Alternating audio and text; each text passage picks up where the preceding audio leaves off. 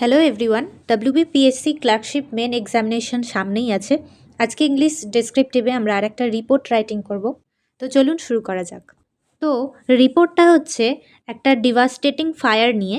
তো আগেরবারের পরীক্ষাতেও আপনারা যদি কোয়েশ্চেন পেপারটা দেখেন, দেখবেন এসেছিল হচ্ছে একটা ফায়ার ইনসিডেন্ট নিয়ে। একটা গোডাউনে ফায়ার ইনসিডেন্ট হয়েছিল, অর্থাৎ গোডাউনে আগুন লেগে গিয়েছিল, সেটা নিয়ে একটা রিপোর্ট লিখতে বলা হয়েছিল। এখন রিসেন্টলি আমাদের এই কদিন আগেই হংকংয়ে একটা বিল্ডিংয়ে, হাই রাইজ বিল্ডিংয়ে আগুন লেগে যায় এবং ভীষণ ভয়াবহ একটা আগুন, যেখানে হাই রাইজ যে এত বড় বড় বিল্ডিং তৈরি হচ্ছে, যেগুলো নিয়ে একটা সেফটি কনসার্নস মানুষের মধ্যে তৈরি হচ্ছে। তো সেটা নিয়ে রিপোর্ট রাইটিং আমরা লিখতে পারি, যেটা হচ্ছে write a newspaper report on spreading of devastating fire in the high rise building. তাহলে একটা হাই রাইজ বিল্ডিংয়ে প্রচণ্ড উঁচু উঁচু যে অট্টালিকা, সেখানে হঠাৎ করে একটা তলায় যদি আগুন লেগে যায় বা কোনোভাবে যদি আগুন লেগে যায়, তাহলে সেটা যে কী বিশাল ভয়ানক হয়, সেটা স্প্রেড হয়ে গেছে, সেরকম ইনসিডেন্ট নিয়ে আপনাকে একটা রিপোর্ট রাইটিং করতে বলা হয়েছে। তো আমি এখানে হংকংয়ে ঘটে যাওয়া যে ফায়ার ইনসিডেন্টটা ছিল সেটা নিয়ে রিপোর্ট রাইটিং এখানে করাচ্ছি। Hong Kong's deadliest fire in a century, how it spread. তো এইটা আমরা টাইটেলে দিতে পারি যে হংকংয়ে ডেডলিয়েস্ট একদম ফায়ার হয়েছে ইন আ সেঞ্চুরি, 100 বছরে একদম হয়েছে। তো এটা কিভাবে স্প্রেড হয়েছে, এরকম একটা টাইটেল আমরা দিতে পারি। তো Hong Kong's deadliest fire in a century, এইটুকুও দিতে পারি। হাউ ইট স্প্রেডটা আপনারা চাইলে দিতেও পারেন, নাও দিতে পারেন, অসুবিধা কিছু নেই। যদি কোনো সিটির নাম উল্লেখ না করে দেয় বা কোনো শহর বা দেশের নাম, কিছু জায়গার নাম যদি উল্লেখ না করে দেয়, আমরা শুধু city's deadliest fire in a century বলেও লিখতে পারি, অসুবিধা নেই। By a staff reporter and এখানে প্লেস আর ডেটটা আমরা এভাবে দিতে পারি। যেহেতু এটা XYZ লেখা আছে, এই কারণে এখানে হংকং লিখে দিতে পারি যদি মেনশন করে দেয়, আর যদি না দেয় তাহলে আমরা XYZ লিখতে পারি। তো এখানে আরেকটা টাইটেল আমি দেখাচ্ছি, that city's deadliest fire in decades. ডিকেডসও বলতে পারি, ইন সেঞ্চুরিজও বলতে পারি, আগের পাতায় যেমন বললাম। The সিটিজ deadliest fire in centuries or the সিটিজ deadliest fire in ডিকেডস, যা খুশি আমরা একটা টাইটেল এরকম দিতে পারি। এরপর আমরা এখানে by a staff reporter and place আর ডেটটা এভাবে মেনশন করতে পারি, যেখানে আমাদের 2025টা এর পরে না লিখলেও চলবে। যেহেতু নিউজ পেপার রিপোর্ট, তার মানে কি নিউজ যেটা সেটা সবসময় পরের দিনই ছাপা হয়, কারেন্ট খবরের কাগজে থাকে, তো আমাদের সেইভাবেই নিউজ পেপার রিপোর্টটা লিখতে হবে। এরপর এই জায়গাটা থেকে আমাদের স্টার্ট করতে হবে লেখাটা। এখান থেকে হয়ে গেছে, এটা কপি পেস্ট করেছি বলে এভাবে হয়েছে অন্য জায়গায় লিখে। তো যেই কারণে এখান থেকে আপনাকে স্টার্ট করতে হবে, এটা তো আপনারা জানেন। তো এই যে লেখাটা আছে, এটা আমরা পরের পাতায় বড় করে ভালো করে দেখছি। প্রথমেই যেটা লিখতে হবে যে কি হচ্ছে ঘটনাটা, হোয়াট, ওয়েন কখন হচ্ছে, অ্যান্ড হোয়ার কোথায় হচ্ছে, এই তিনটে ব্যাপার প্রথম লাইনটাতেই মেনশন থাকতে হবে। সো আর ডিভাস্টেটিং ফায়ার ব্রোক আউট মানে ছড়িয়ে পড়েছিল, in a high rise building, একটা উঁচু বিল্ডিংয়ে, ইন হংকং তাইপো ডিস্ট্রিক্টসে হয়েছিল। কখন হয়েছিল? On November 26, 2025। তো এখন আমরা November 26 লিখতে পারবো না, কারণ আমরা রিপোর্টটা লিখছি December 28-এ, পরীক্ষার দিন। তো আমরা তার আগের দিনের ডেটটা দেবো। নিউজ সবসময় পরের দিনই ছাপা হয়। তো অন November 26, 2025, তাহলে এখানে আমরা বললাম কি হয়েছিল, আর ডিভাস্টেটিং ফায়ার ব্রোক আউট কোথায়? In a high rise building in Hong Kong Tai Po district, and when? On November 26, 2025। তো এটা হয়েছিল, যেখানে কমা দিয়ে লিখেছি একসাথেই, কিলিং অ্যাটলিস্ট 159 পিপল, মানে 159টা মানুষ মারা গেছে, অ্যান্ড ইনজুরিং মেনি মোর, যেটা ইনজোর করেছে আরও বেশি জনকে। দ্য ব্লেজ মানে ভয়ানক যে আগুন, শিখা, সেটা the blaze which started at around 2:51 PM, মানে 2:51 দুপুরবেলায় সেটা স্টার্ট হয়েছিল। Spread rapidly through 7 of the 8, মানে 8টার মধ্যে 7টা 32 স্টোরি টাওয়ার। 32 স্টোরি মানে হচ্ছে 32 তলা, টাওয়ার মানে বিল্ডিং। তো 32 তলা বিল্ডিং যেটা 8টা ছিল, সেই 8টার মধ্যে 7টাতে একদম র্যাপিডলি আগুনটা ছড়িয়ে পড়েছিল। Spread rapidly through 7 of the 8 32 storey tower at, কোথায়? At the Wang Fuk Court housing complex, মানে যেখানে ওই হাউজিং কমপ্লেক্সটা ছিল সেই জায়গার নাম। ফুয়েলড বাই, একটা কমার পর fuelled by flammable foam panels. Flammable মানে দাহ্য, যেখানে একটু আগুনের ফুলকি থাকলেই পুরোটাই জ্বলে যাবে। সো সেরকম জিনিসগুলোকে ফ্লেমেবল বলে। সো ফুয়েলড বাই মানে সেখানে জ্বালানি হিসেবে কাজ করছে কে না flammable foam panels and substandard plastic materials ছিল, যেটাকে প্লাস্টিক মেস বলা হচ্ছে, ইউজড ইন রেনোভেশন ওয়ার্ক। রেনোভেশনের কাজ চলছিল। আপনাদের ছবিটা যদি দেখাই, এই যে এটা হচ্ছে সেই ছবি, যে রেনোভেশনের কাজ করার সময় এরকম নেটের কিছু জিনিস দেওয়া হয় যাতে করে সেই জায়গাকার যে সিমেন্ট বালি বা যা কিছু আছে সেগুলো যাতে পার্শ্ববর্তী এলাকায় না যায়। এর কারণে এই বাঁশের জিনিসগুলো তো বাঁধা হয়, এছাড়াও এই নেটের মতো প্লাস্টিকের যে জিনিসগুলো সেগুলো দেওয়া হয়। এইগুলোর কারণেই যদি মনে করুন এই শুকনো বাঁশে আগুন লেগে গেছে কোনো কারণে, তাহলে বাঁশের পর বাঁশ লাগবে, কারণ এটা বাঁশ তো জ্বলে যায়। আর তার সঙ্গে এই প্লাস্টিকগুলো চতুর্দিকে কভার আছে, গোটা বিল্ডিংগুলো কভার করে রাখে এই প্লাস্টিক মেটেরিয়ালগুলো। এগুলোতে যদি আগুন ধরে যায় তাহলে তো পুরো বিল্ডিংই আগুন ধরে যাবে। তো আমরা কোথায় ছিলাম, যে তো fuelled by flammable foam panels and substandard plastic mesh দেখালাম কেমন হয়, ইউজড ইন রেনোভেশন ওয়ার্ক। রেনোভেশনের কাজ চলছিল বিল্ডিংয়ে, সেই কারণে সেগুলো ইউজ করা হয়েছিল। এটা আমরা প্রথম স্ট্র্যান্ডাতে লিখবো। কী কী লিখলাম আর আবার রিপিট করি। প্রথমে হচ্ছে কী হয়েছিল, devastating fire broke out in a high rise building. কোথায় হয়েছিল, ইন হংকংস। অ্যান্ড কখন হয়েছিল না অন নভেম্বর 26, 2025। আমরা কিন্তু পরীক্ষা যখন লিখবো এটা ডিসেম্বর 27 লিখবো। কিলিং কি এফেক্ট করেছিল, কি হয়েছে না killing at least 159 people and ইনজুরিং many more. তাহলে প্রথম লাইনেই আমরা সব কিছু বুঝিয়ে দিলাম, ওয়েন, হোয়াট, ওয়্যার এবং তার সঙ্গে তার কজ এফেক্টটা। দ্য ব্লেজ যে শিখাটা ছিল, যেটা এবার ঘটনাটার বিবরণ দিচ্ছি, যে the blaze which started at around 2:51 PM দুপুরবেলা, spread rapidly through 7 of the 8 32-story tower at Wang Fuk court housing complex. এখানে এই হাউজিং কমপ্লেক্সটার নাম আমরা না লিখে XYZ housing complex or something আমরা লিখতে পারি।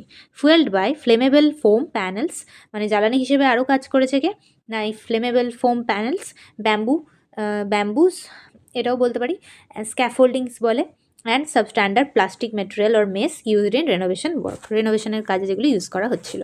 দেন নেক্সট প্যারাতে আমরা বলবো অ্যাকর্ডিং টু অথরিটিস কী বলছে, the fire was likely caused by a short circuit. তার মানে ফায়ারটা কী জন্য লেগেছে না লাইকলি কজড বাই, এই কথাটার মানে হচ্ছে মনে করা হচ্ছে কী কারণে লেগেছে, likely caused by a short সার্কিটের কারণে লেগেছে। Although the exact cause is still under investigation, অর্থাৎ এক্স্যাক্ট কারণটা যদিও এখনও ইনভেস্টিগেশনে জানার চেষ্টা করা হচ্ছে। দ্য কমপ্লেক্সেস ফায়ার অ্যালার্ম, মানে কমপ্লেক্সটা যখন আছে হাউজিং কমপ্লেক্স তার মধ্যে ফায়ার অ্যালার্মের ব্যবস্থা থাকবেই, বাট সেটা প্রপারলি ওয়ার্ক করেনি। সো এখানে এটাই বলছে, the complex's fire alarms were reportedly not working properly এটা কাজই করেনি অ্যালার্মটা। সো অ্যান্ড রেসিডেন্টস মানে সেখানে যারা ছিল সেই বাসিন্দা had raised concerns about the hazard posed by the ongoing renovation.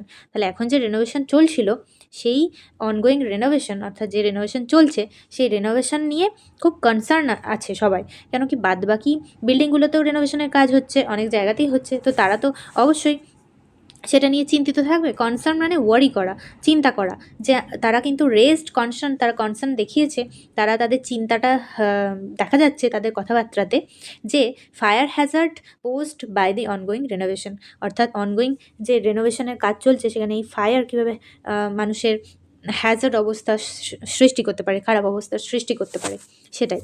তো এটা আমরা সেকেন্ড স্ট্র্যান্ডাতে লিখি। তারপর থার্ড স্ট্যান্ডাতে আমরা এটা লিখতে পারি, বা এখান থেকে আপনারা নিতে পারেন কিছু ওয়ার্ডস আর কিছু লাইন্স। আপনাদের তো লিখতেই হবে যে 150 আর 160টা ওয়ার্ডের মধ্যে, না হলে তো আমরা কমপ্লিট করে আসতে পারবো না। তো এই কারণে এই জায়গাটা আবার মাথায় রাখতে হবে যে হংকংয়ের গভর্নমেন্ট তাহলে কী করলো। আগে তো দেখলাম কী হয়েছে, হ্যাঁ, সেফটি কনসার্ন, এখন সেফটি নিয়েও কনসার্ন দেখাচ্ছে জনগণ, কিন্তু হংকংয়ের গভর্নমেন্ট কী বলছে সেটা আবার দেখতে হবে। So the Hong Kong government has launched, তারা অলরেডি কী করেছে, লঞ্চ করেছে আর জাজ লেড ইনকোয়ারি প্যানেল বলতে পারি, একটা যে জাজ লেড ইনকোয়ারি প্যানেল, একটা জাজ বসিয়েছে, একটা ইনকোয়ারি প্যানেল বসিয়েছে, যারা ইনটু দ্য ফায়ার ইনসিডেন্ট বলতে পারি, into the fire incident and arrested 21 people, যার কারণে 21 জনকে অ্যারেস্ট করা হয়েছে ইতিমধ্যেই। সো এটা একটা ব্যাপার যে হংকংয়ের গভর্নমেন্ট কিন্তু বসে থাকেনি, তারা কিন্তু অবশ্যই বসে থাকলে কেউ মেনেও নেবে না।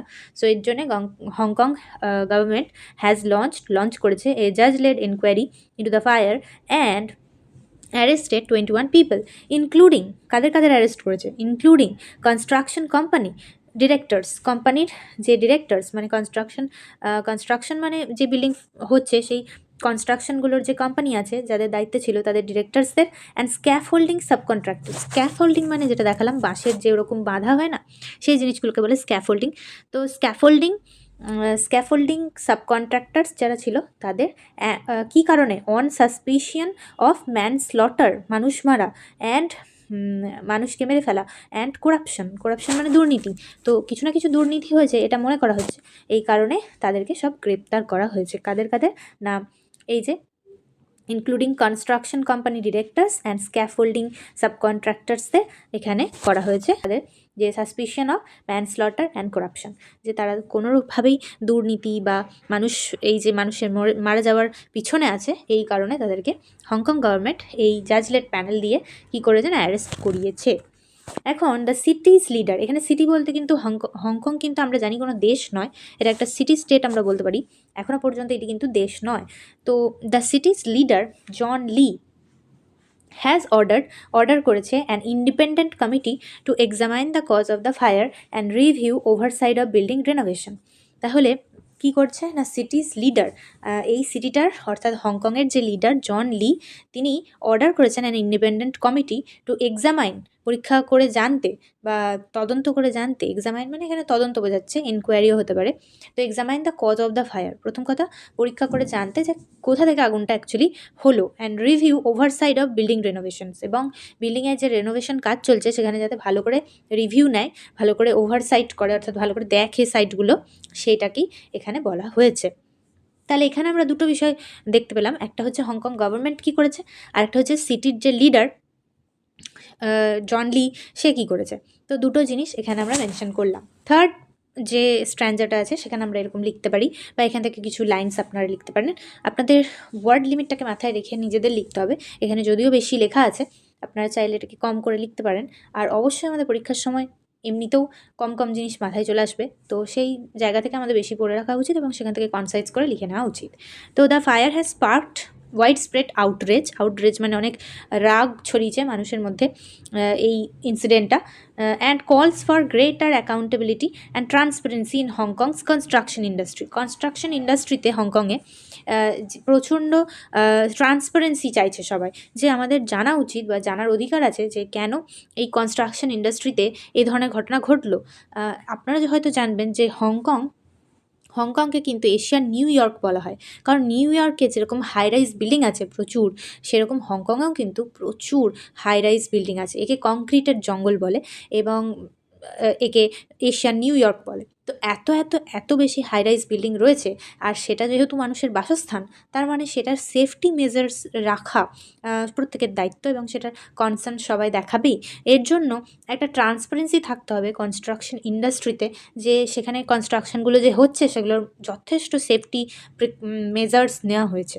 তো সেই কারণে এই কথাটা এখানে বলা হচ্ছে যে এই যে ইনসিডেন্টটা, এটা একদম আউটরেজ ছড়িয়েছে, মানে রাগ ছড়িয়েছে, প্রত্যেকের মধ্যে একটা তীব্র রাগ ছড়িয়েছে। অ্যান্ড এটা বলা হচ্ছে যে আমাদেরকে কিন্তু ট্রান্সপারেন্সি শো করতে হবে, হ্যাঁ, হংকংয়ের কনস্ট্রাকশন ইন্ডাস্ট্রিতে থাকতে হবে ট্রান্সপারেন্সি, যাতে মানুষ জানতে পারে যে সেখানে অ্যাকচুয়ালি এই যে বিল্ডিংগুলো তৈরি হচ্ছে এগুলোর মধ্যে যথেষ্ট সেফটি মেজার্স নেওয়া হয়েছে। এবং অবশ্যই যেহেতু এত বড় বিল্ডিং, এই যে ফায়ার অ্যালার্মটা কাজ করলো না, তো সেই জিনিসগুলো ভালো করে চেক করা, প্রতিনিয়ত তার পর্যবেক্ষণ করা, এইগুলোর একটা টিম থাকা উচিত, বা এগুলোর একটা রক্ষণাবেক্ষণ করার জন্য দায়িত্বে কাউকে না কাউকে থাকতে হবে। যাই হোক, many residents have expressed concerns about the safety of high rise building and the use of substandard material in renovation projects. তার মানে রেনোভেশনের প্রজেক্টসগুলোতে যে সাবস্ট্যান্ডার্ড মেটেরিয়াল ইউজ করা হচ্ছে, মানে সাবস্ট্যান্ডার্ড মানে মান যথেষ্ট উন্নত নয়, ভালো নয়, সেই ভালো মানের জিনিস ইউজ না করে বাজে মানের জিনিস নিশ্চয়ই ইউজ করা হচ্ছে, এইগুলো নিয়েও তারা মানে রেসিডেন্টসরা কনসার্ন শো করেছে, এক্সপ্রেস করেছে। এরপর the government has provided temporary housing for over 2900 residents, মানে 2900 রেসিডেন্টকে যারা অ্যাফেক্টেড হয়েছে বাই দ্য ফায়ার, মানে এই ইনসিডেন্টে যারা অ্যাফেক্টেড হয়েছে, যারা ক্ষতিগ্রস্ত হয়েছে, তাদেরকে গভর্নমেন্ট কী প্রোভাইড করেছে না টেম্পোরারি হাউজিং প্রোভাইড করেছে, টেম্পোরারি থাকার জায়গা প্রোভাইড করেছে, আর সেটা খুবই গুরুত্বপূর্ণ। অ্যান্ড হ্যাজ প্রমিসড, এবং প্রমিস করেছে ইতিমধ্যেই যে এমার্জেন্সি ফান্ডস অ্যান্ড অ্যাসিস্ট্যান্স দেওয়া হবে উইথ ডকুমেন্টেশন, মানে ডকুমেন্টেশন সহ এটা বলেছে যে আমরা অবশ্যই তাদের ফান্ডিং করব, মানে তাদেরকে যথাযথ সহায়তা করবে, অ্যাসিস্ট্যান্স মানেও সহায়তা, সেগুলি সাহায্য করা হবে। তো এটা হচ্ছে গভর্নমেন্টের তরফ থেকে করা হয়েছে। এখানে কিন্তু আমরা যেটা দেখলাম যে আমরা সবসময় বলি একটা আই উইটনেসের কোনো বক্তব্য এখানে দিলে ভালো হতো, সেই রকম জিনিস কিন্তু আমরা এই লেখাটার মধ্যে এখন দিলাম না। আপনারা চাইলে কোনো মানুষের কোনো resident, one of the resident said বলে কোনো একটা বক্তব্য আপনারা ওখানে দিতেই পারেন কোনো একটা স্ট্র্যান্ডেতে, সেটা ভালো হবে। তো আজকে আমরা এই নিউজ পেপার রিপোর্টটা দেখে নিলাম, যেটা ছিল একটা devastating fire in the high rise building in Hong Kong. Actually Hong Kong না বলে যদি যে কোনো সিটি বলে, আমরা জাস্ট সিটির নাম বা বিল্ডিং কমপ্লেক্সের নাম এগুলো চেঞ্জ করে দিয়ে বাদ বাকি সমস্ত জিনিসটাই নিজের ভাষায় কম বেশি এদিক ওদিক করে লিখে আসতে পারবো। তো আজকের মতো ভিডিওটা এখানেই শেষ করছি। ভালো লাগলে একটা লাইক করে দেবেন আর চ্যানেলটা সাবস্ক্রাইবও করে রাখতে পারেন। ধন্যবাদ, সবাই ভালো থাকবেন।